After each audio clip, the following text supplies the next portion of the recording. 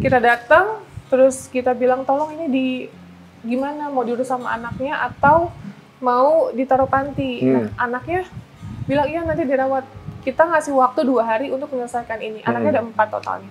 Dan ternyata pada saat hari Senin saya datang, udah ditaruh di tempat pembuangan sampah.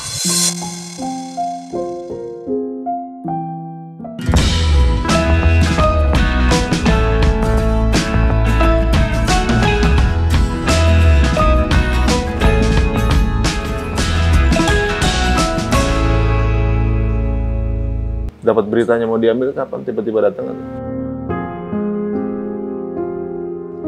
Tiba-tiba datang. Itu kita shock juga sih. Tiba-tiba datang, tanggal 31 ya Pak ya? Tanggal 31, terus nggak ada pemberitahuan 1, 2, 3 itu nggak ada sama sekali. Langsung mereka datang, saya lagi bantu ODGJ di daerah Cikarang. Terus Bibi pengasuh langsung pada kaget, telepon ke Elizabeth, asisten saya. Urgent, akhirnya saya angkat. Terus Bibi langsung nangis, katanya ada polisi rame-rame, katanya 3 mobil.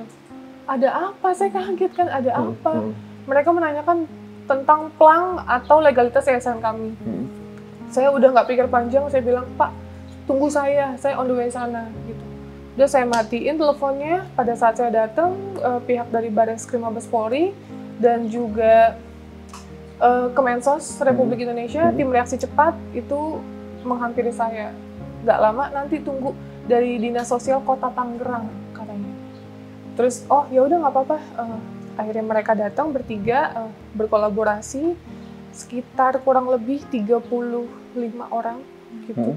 Mereka datang menanya ke legalitas kami kasih, dan ada ketidaktahuan kami, ya kelalaian kami juga, kami sudah minta maaf tentang tidak adanya izin operasional dari yayasan kami gitu.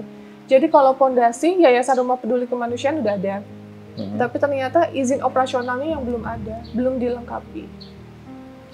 Kalau misalnya ditanya alasannya kenapa, karena kita nggak tahu kalau kita akan merawat anak juga. Oh, tadinya kan ini berkembang begitu ya. Terus adanya ODGJ terlantar hamil, kita ambil, kita tampung, ada lagi ambil, kita tampung, kayak gitu mengalir. Nah, sebenarnya memudahkan tugas negara sebenarnya. Sebenarnya kan fakir miskin dan orang terlantar dipelihara oleh negara. Dengan adanya kami sebagai relawan dan volunteer, apapun itu sebenarnya nggak ada legalitas pun atas dasar kemanusiaan.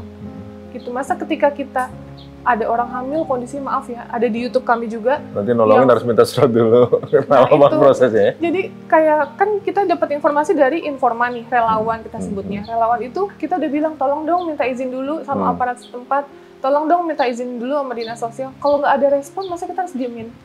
Kita harus cuma liatin aja gitu sampai mereka ditolong. Sedangkan kami udah berusaha menghubungi dinas sosial untuk dibantu. Langkah apa yang harus kita lakukan? Bergerak hati kita kan sebagai manusia, nggak mungkin kita abaikan seperti itu. Ya saya tolong, saya bersihin, saya mandiin, saya bawa ke mobil, kita bawa ke rumah sakit jiwa. Itu semua tidak pernah dapat bantuan dari siapapun. Yang ditakuti apa sebenarnya? Dari dinas sosial kalau misalnya ada, gini takutnya kan jadi melemahkan ya orang yang punya itikat baik. Mungkin ada banyak ya yang punya terinspirasi sama Kak Novi kemudian melakukan hal yang sama. Takut tidak mundur lagi gitu kan ibaratnya. Wah aku belum punya ini harus ini. Padahal sebenarnya kebaikan juga kan, memudahkan juga mengurangi ODGJ di jalan atau juga mungkin membantu lah ibaratnya gitu. Ada nggak mungkin plead atau juga mungkin ya kita urus dulu suratnya tapi nanti dikembalikan gitu nggak? Jadi pas kemarin dari Kemensos dan juga Dinas Sosial pada saat menanyakan pemberkasan, saya sudah memohon. Saya sampai bilang saya mau sujud di kaki ibu untuk nggak bawa anak saya. Saya nggak mau anak saya dibawa. Saya nggak mau Bu anak saya dibawa. Tolong Bu, saya mohon Bu. Saya sujud di kaki Bu. Jangan bawa anak saya Bu.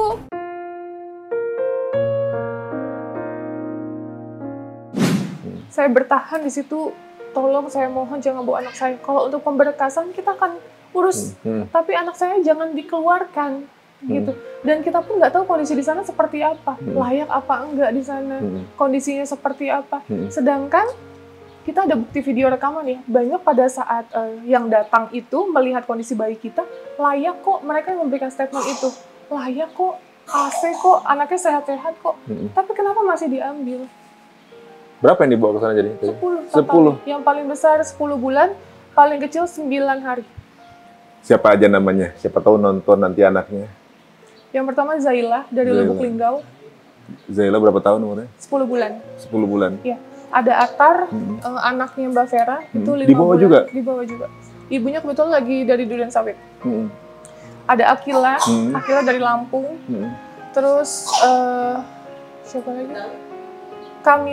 Kamila dari Jakarta Timur. Terus ada Kairi itu yang baru lahir, itu masih kuning dan dibawa juga di sana. Kondisinya kuning, itu baru lahir. Gitu. Pokoknya pada saat itu benar-benar saya nggak bisa mikir apa-apa selain hanya minta tolong agar ditunda dulu untuk mengambilnya. Ada kemungkinan bisa balik lagi nggak? mungkin ibuku yang Ada upaya hukum nggak Pak itu untuk jarak? Saat ini kita kooperatif aja sih, Iya. kooperatif aja dan menghargai proses hukum yang berjalan. Kebetulan klien kami kan baru di BAP Selasa kemarin, Selasa. di Baris Krim, jadi kita tunggu lagi. Di BAP karena? Kan memenuhi undangan klarifikasi, Tapi kan nggak ada unsur kriminalitas di sini. masih berupa temuan sih. Temuan yang dianggap temuan itu apanya? Dugaan TPPO, Apa itu TPPU? dugaan perdagangan orang.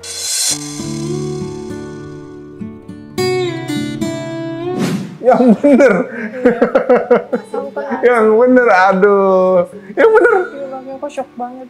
aduh, shock juga denger kita. Shock banget, itu aku langsung nggak tahu gemeter, langsung kok Ada tuduhan atau gimana? Atau ada yang mau jatuhin atau? itu LI, laporan informasi katanya dari masyarakat yang kita pun nggak tahu itu siapa yang melaporkan gitu.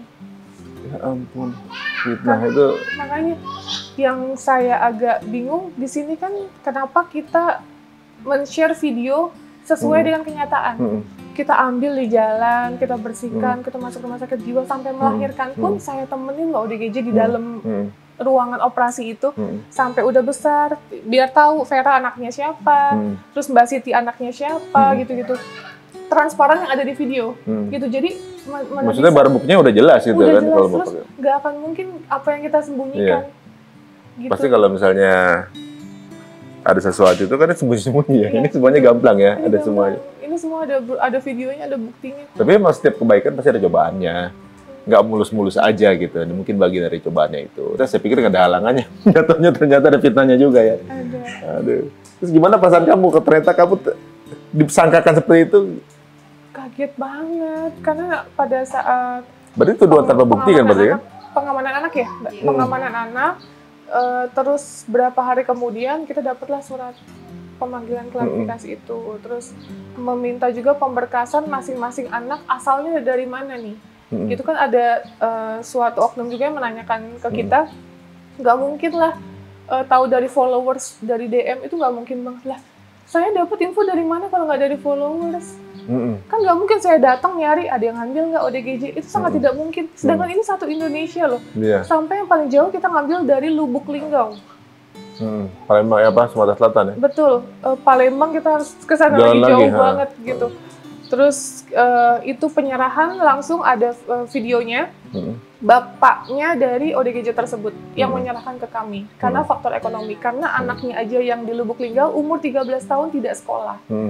Seperti itu. Jadi pihak dari keluarga meminta kita, Mbak Novi aja rawat, jujur kita faktor ekonomi dan lain-lain. Nah, kita lihat kondisi rumahnya juga sangat memprihatinkan. Dan saya membicarakan juga sama pihak keluarga, apabila mungkin nanti Mbak Sekar menikah, udah sehat ya, mau mengambil anaknya kembali, atau mungkin bapak sama ibu dari Mbak Sekar mau ambil kembali, silahkan datang ke Jakarta. Atau telepon kita yang mengantarkan. Kita sampai ada. Dan nggak dipungut biaya padahal ya? Nggak ada sama sekali. Ini agak unik sih memang ya. Dan setelah apa yang dilakukan, ternyata kemudian juga nggak mulus ya, ternyata ada fitnahnya juga yang sampai akhirnya harus diklarifikasi juga. Pernah nggak sih ngerasa capek?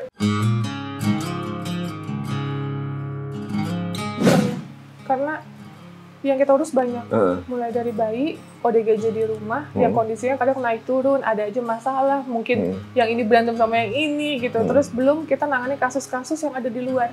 Sedangkan kita kan nggak cuma fokus ODGJ, ada lansia sebatang kara yang dibuang sama anaknya, ada juga yang ibu yang berjuang ngambil anaknya dipisahkan dari lahir. gitu. Itu ada juga. Ada Jadi juga. semua kasus KDRT apa kita bantu. Terekam semua padahal ya. Iya. Dan itu ada semua di YouTube kita. Sebenarnya clear ya, ibaratnya sedikit kritikan sosial juga ya. Mestinya kan ya lingkungan sekitar juga punya tanggung jawab yang Betul. sama gitu. Ada orang yang lapar di tetangga kita tuh kalau di dalam agama Islam tuh dia nggak beriman kalau tetangga kita sampai lapar gitu Iya, kan. iya. Ini sampai akhirnya dari jauh-jauh tempat kemudian sampai mengulurkan tangan gitu, ternyata juga nggak mudah juga. Yang banyak hal yang perlu juga ternyata harus disiapkan secara legal dan juga orang ada juga yang punya surat legal tapi nggak ngelakuin ini ada juga kan gitu. Betul. Kemarin kalau nggak salah bisa ngeliat videonya ada yang lumayan viral tuh, yang bapak-bapak dibuang sama anaknya di tempat sampah gitu kalau nggak salah. Betul. Itu bagian ternyata termasuk yang diambil juga bukan? Enggak, itu kita dapat informasi dari followers ada bapak yang ditelantarkan udah kurang lebih 3 tahun. Kita datang ke sana, bapaknya itu selama ini tidak pernah tidur di tempat yang benar-benar layak ya gitu.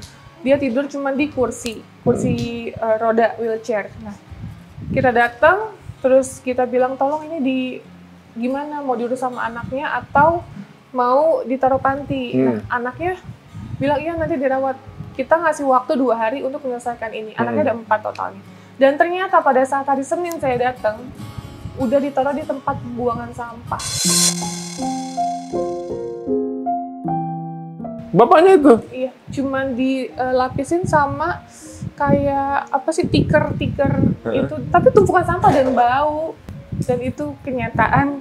Jadi makanya di sini saya men-share video tersebut ada izin tayangnya juga. Jadi ketika kita melakukan sesuatu berkaitan dengan konten, kita nggak bisa seenaknya untuk main tayangin aja. Kita izin dulu boleh apa enggak tayang, tanda tangan, baru kita tayangkan. Kalau emang keberatan kita tidak akan tayangkan. Itu jadi ada kesepakatan di awal. Seperti itu sih. Tapi bapak itu sekarang di mana? Sekarang di panti. Di panti. Iya, ya? di panti. Itu ngeliatnya juga jadi bahan renungan juga ya bagaimana sekarang ya. Pembelajaran. Anak-anak dengan orang tuanya, padahal banyak juga anak-anak yang kangen sama orang tuanya, kepengen orang tuanya bisa kembali bersama-sama. Ini punya orang tua tapi kemudian ditelantarkan mungkin karena faktor ekonomi ya. Kalau harapan kamu apa sih sebenarnya? Ketika ini semua nanti kan dibantu pasti untuk urusan secara hukum ya gitu. Dan kemudian mungkin persyaratannya semua bisa dilengkapi misalnya nih. Apa kemudian akan ada persyaratan khusus untuk tinggal di sini atau tetap ngelakuin yang seperti sekarang ini?